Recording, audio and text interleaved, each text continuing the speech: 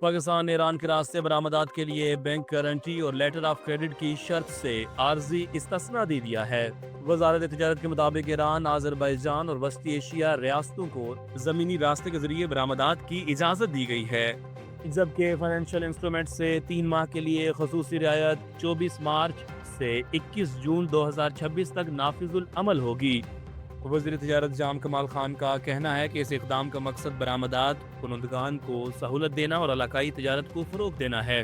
اس رعایت کے تحت ایران کو چاول، سمندری خوراک، آلو، گوشت، پیاز، مکی اور پھلوں سمیت متعدد اشیاء جبکہ فارماسیوٹیکل مصنوعات اور ٹینٹس کی برآمدات بھی ممکن ہوگی۔ اسٹیٹ بینک کے ضوابط سے جزوی استثنا دیا گیا ہے، تاہم برآمدی آمدن مقررہ مدت میں واپس لینے کی شرط برقرار رہے گی۔ وزارت تجارت کے مطابق اس اقدام سے پاکستان ایران کے راستے وسطی ایشیا اور آذربائیجان تک برآمدات بڑھا سکے گا، جبکہ تاجروں کے اخراجات اور وقت میں بھی نمایاں کمی آئے گی اور علاقائی تجارتی روابط مزید مضبوط ہوں گے۔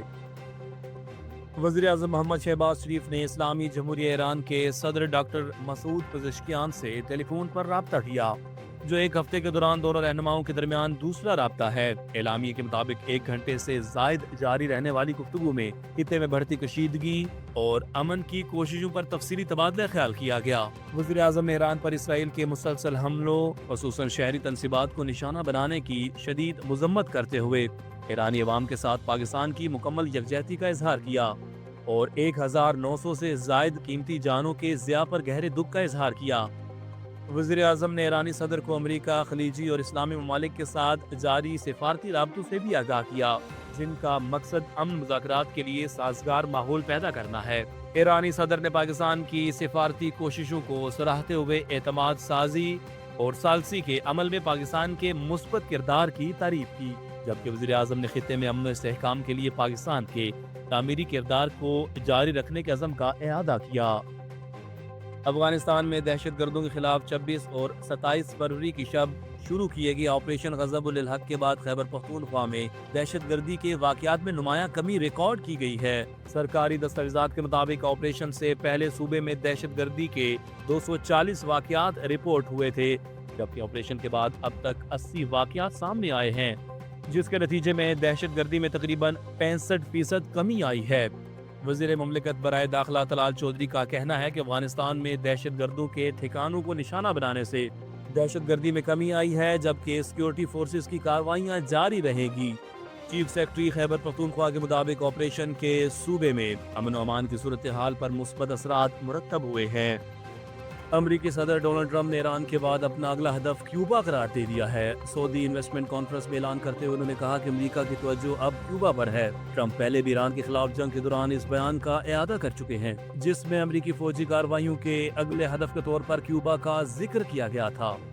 امریکی حکومتی جماعت ریپبلکن کے ایک سینٹر نے بھی اس بیان کی حمایت کی اور کہا کہ کمیونسٹ امریت زدہ ممالک کے دن گنے چاہ چکے ہیں، جبکہ امریکہ اپنے قومی مفادات کے تحفظ کے لیے ہر ممکن اقدام کرے گا۔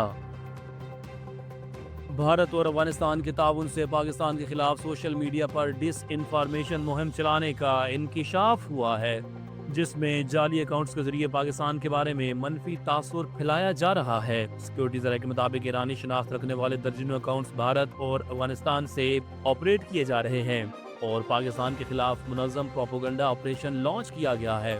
ڈس انفارمیشن کا آغاز INN ایران نیوز اور ایران ٹی وی جیسے گوسٹ ایکس اکاؤنٹ سے کیا گیا، جس میں مصنوعی ایرانی رد عمل افغانستان سے آپریٹ اکاؤنٹس کے ذریعے پھیلایا گیا۔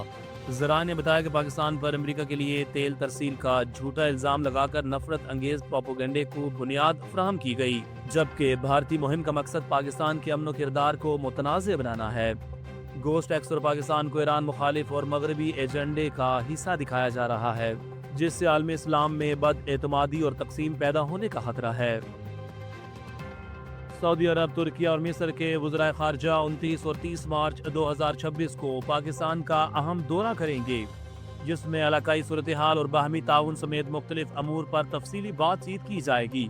دفتر خارجہ کے ترجمان کے مطابق یہ دورہ نائب وزیر اعظم اور وزیر خارجہ سینیٹر محمد اسحاق ڈار کی دعوت پر ہو رہا ہے۔ سعودی وزیر خارجہ شہزادہ فیصل بن فرحان ال سعود، ترکیہ کے وزیر خارجہ حاکان فیدان اور مصر کے وزیر خارجہ ڈاکٹر بدر عبدالعاطی اسلام آباد پہنچیں گے۔ دورے کے دوران وزرائے خارجہ خطے میں کشیدگی کم کرنے کی کوشش کریں گے اور اہم علاقائی اور عالمی امور پر تبادلہ خیال کریں گے، جبکہ معزز مہمان وزیر اعظم سے بھی ملاقات کریں گے۔ ترجمان نے کہا کہ پاکستان سعودی عرب، ترکیہ اور مصر کے ساتھ برادرانہ تعلقات کو انتہائی اہمیت دیتا ہے اور یہ دورہ باہمی تعاون اور ہم آہنگی کو مزید فروغ دینے کا موقع فراہم کرے گا۔